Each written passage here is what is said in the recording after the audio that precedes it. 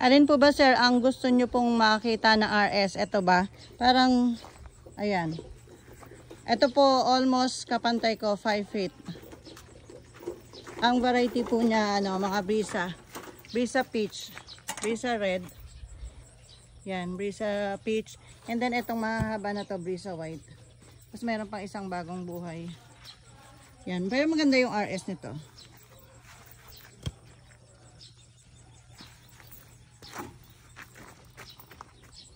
Yan, solid yung RS niya.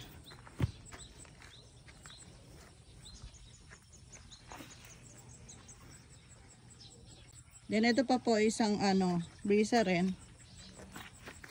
Yan, ganun din yan, peach, red, and white. And almost same po yung height nila. Sa RS lang magkakatalo.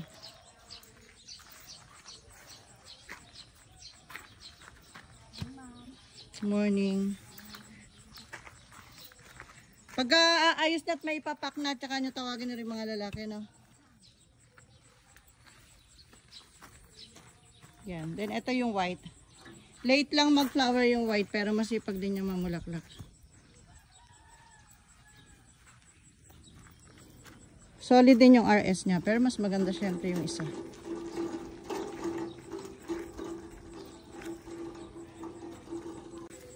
Ito pa po, medyo mahaba na yung damo namin dahil every hapon umuulan. Ito rin po ay almost 5 feet, mas mataas sa akin. Mga 5'5", yan, pinakamataas na yan, 5 feet and 5 inches.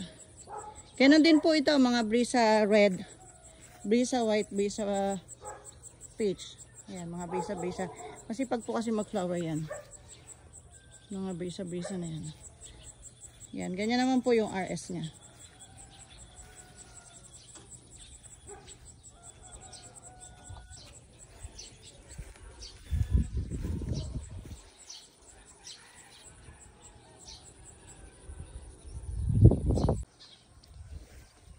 Ito pa po ang ayan, hindi pa natin trim to. Yan, parang big blocks to. Yan, hindi ko pa sure yung ID po niya. Tingnan lang natin yung RS camo. Yan, mga bagong graph po yan. Na-trim na ng minsan yung iba, pero yung iba hindi pa.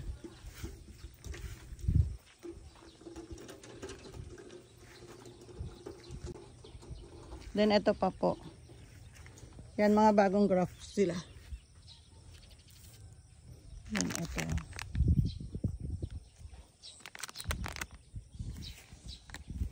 Yan, hindi ko lang masabi po yung variety kasi assorted po. Halo-halo na yung variety. Yan, ito may Magic Love. May Carmencita. Ang importante po sa iyo yung RS, di po ba? Ayan, so RS lang.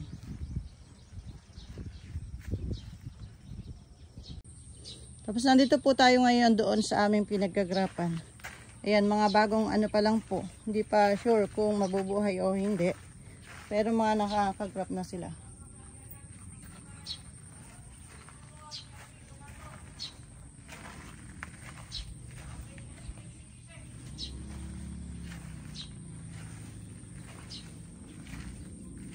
Yan, may malaki, may maliit.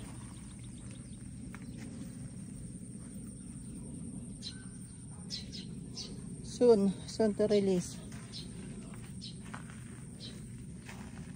May mga parang stick lang na diretso lang ang RS. Then meron naman na may forma.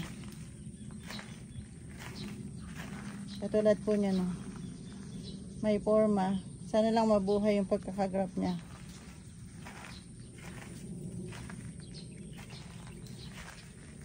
Ito pa.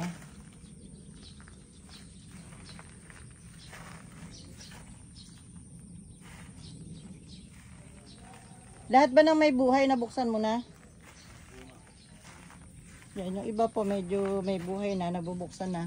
Then yung matitira na hindi mabubuhay, igagrap po ulit ng panibago.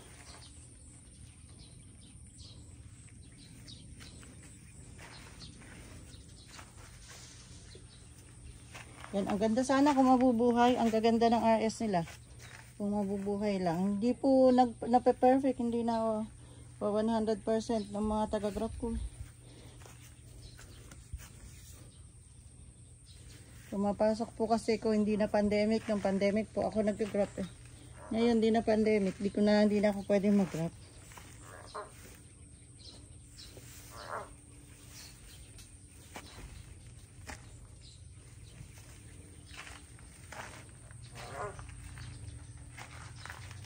Yan, mga ganyan sana kung mabubuhay. Ganda. Yan, green pa. Mukhang nag-i-start pa lang. May pag-asa.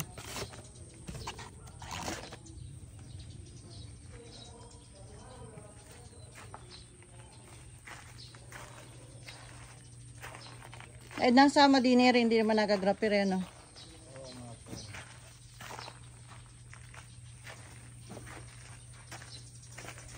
Ayan, ito po buhay, oh. Ganda. Ayan. Hindi ko lang po alam kung ano yung nakagraph pa. Makikita yung pag medyo malaki na.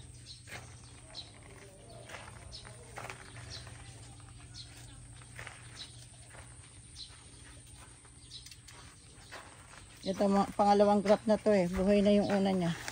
Yung pangalawa, hindi pa rin yung iba. Sablay pa yung iba. Dapat pala pag dito nakapwesto, wag nang tinatalian para madaling buklatin. Opo. Paalala mo pag nag-graph ulit. Tinatanggal ko na nga po ma'am yung ano.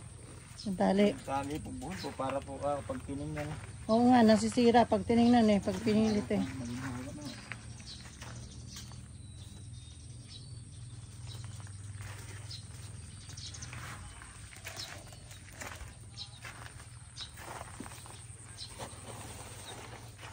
Hindi sila maka-perfect ano. Marami namamatay. Sa susunod na mag-ayos kayo, medyo luwagan nyo ng bagya para paggalaw mo na ganyan, eh hindi nababangga-bangga.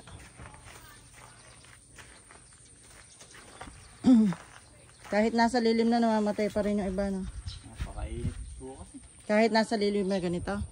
Makapal na po yung net niya, no? Ano pa. Eh, pagka ako ganyan umuulan-ulan niya, maganda na ako magiging kwan niya. Malamig na ako singaw nun pa ng lupa. Maganda na magiging tubo pagka malamig na.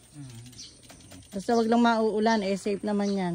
Kaya pasasaambat gaganda rin yan. Dito pala tayo dapat mag-alaga ng ano eh, nakahang eh. Kasi ano na eh, meron ng mga sabitan eh. Pagka-alagaan pa lang. Yung palakihin pa lang. Oo, palakihin pa lang. Gagawa nga po pala ako ng kawit din ng hang. Para saan? Wala na po tayong wire na po. Nalaro po mabiling wire ko eh. Magagawa mo, nangagawa. Eh, testingin ko ma'am. Eh dati nung nagsisimula pa lang ako, ginagawa ko lang yan. Hindi naman binibili talaga yan eh.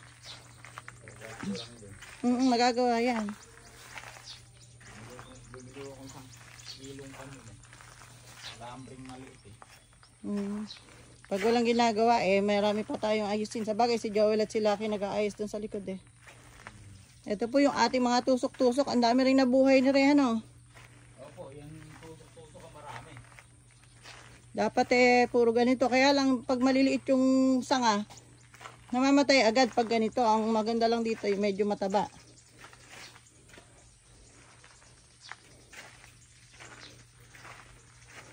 Hindi ko lang alam pagka sa ilalim tayo naglagay kung magiging mabuhay din kasi hindi naaarawan. May buhay po ma'am. Meron na? May lumulusot pa po sa tanim ni Tijawil eh. Sa ilalim? Opo. Saan ba unang nagtanim? Saan lugar? Dine? Kabila pong gilid mo. O nga, saan dulo? Dito. Nauna. Tingnan natin. Dito nauna.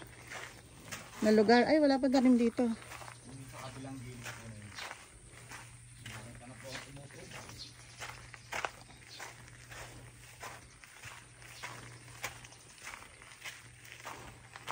Eh kung wag na lagyan ng net sa ilalim. Ano na lang, kumpletohin na lang net sa ibaba.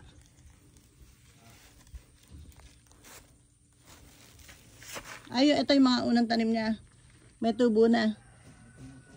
Oo. Yan, mukhang doon kami mahihiyang sa tusok-tusok na yan. Pero meron din naman mga patay. Konti nga lang. Mas marami buhay.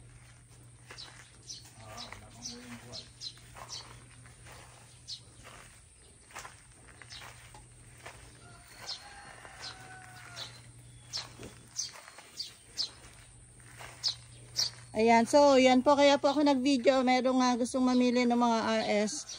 Kung alin ang magugustuhan niya kahit di pa buhay. Yan, thank you po.